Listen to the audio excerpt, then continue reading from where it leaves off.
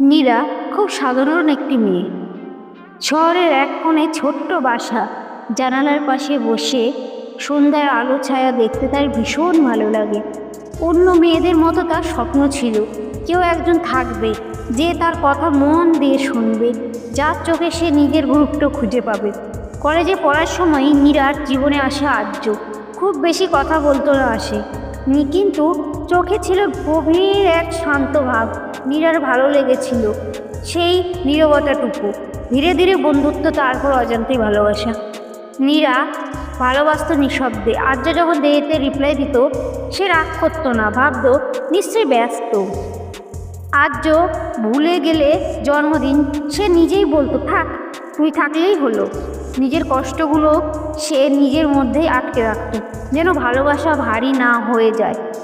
আর্য জানতো নীরা তাকে ভালোবাসে, কিন্তু সে কখনোই স্পষ্ট করে কিছু বলেনি। শুধু বলতো তুই আমার খুব কাছের।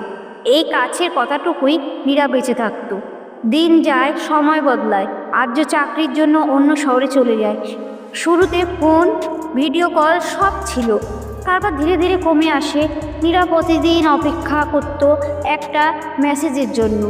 রাত বাড়ত, স্ক্রিন নিভে যেত, আর তার চোখে জমতো না বলা প্রশ্ন। একদিন হঠাৎ আর্য জানালো তার জীবনে কেউ এসেছে। খুব সাধারণভাবে বলল, যেন এটা কোনো বড় বিষয়ই নয়। নীরার বুকের ভেতরটা মুহূর্তে ফাঁকা হয়ে গেল। সে শুধু জিজ্ঞেস করেছিল আমি কি? আর্য একটু চুপ করে বলেছিল, তুই তো জানিস তুই আমার ভালো বন্ধু। এই কথাটুকুই নীরার জীবনের সবচেয়ে ভারী বাক্য হয়ে দাঁড়ালো। এতদিন যে ভালোবাসা সে আগলে রেখেছিল তা যেন মুহূর্তে মূল্যহীন হয়ে গেল। নীরা কাঁদেনি সেদিন, শুধু জানালার পাশে বসে অনেকক্ষণ আকাশের দিকে দেখেছিল। সন্ধ্যার আলোটা যেন ধীরে ধীরে অন্ধকারে মিশে যায়। তার ভালোবাসাটাও ঠিক তেমনই নিঃশব্দে হারিয়ে যাচ্ছিল। এরপর আর্যর সঙ্গে যোগাযোগ প্রায় বন্ধ হয়ে গেল।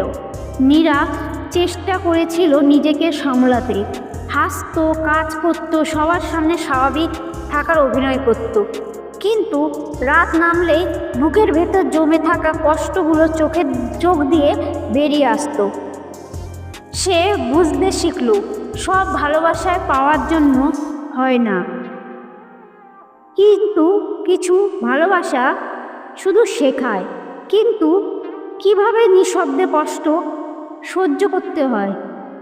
একদিন নীরা নিজের ডায়েরির শেষ পাতায় লিখেছিল, আমি তোমাকে চেয়েছিলাম কিন্তু তোমার জীবনে নিজের জায়গা বানাতে পারিনি।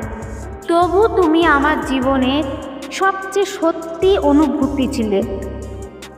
সময়ের সাথে সাথে নীরা বদলাতে শুরু করলো, নিজের জন্য বাঁচতে শিখল, ছোট্ট ছোট্ট সুখ খুঁজে পেল। সকলের চা, নতুন বইয়ের গন্ধ, নিজের হাসি, আর্যর স্মৃতি রয়ে গেল, কিন্তু আর যন্ত্রণা হয়ে নয়, একটা অপূর্ণ অধ্যায় হিসেবে। নীরা আজও ভালোবাসায় বিশ্বাস করে, তবে আর আগের মতো নিজেকে হারিয়ে নয়। সে জানে যে ভালোবাসা তাকে পায়নি সেটা তার দুর্বলতা নয়, বরং তার গভীরতার প্রমাণ।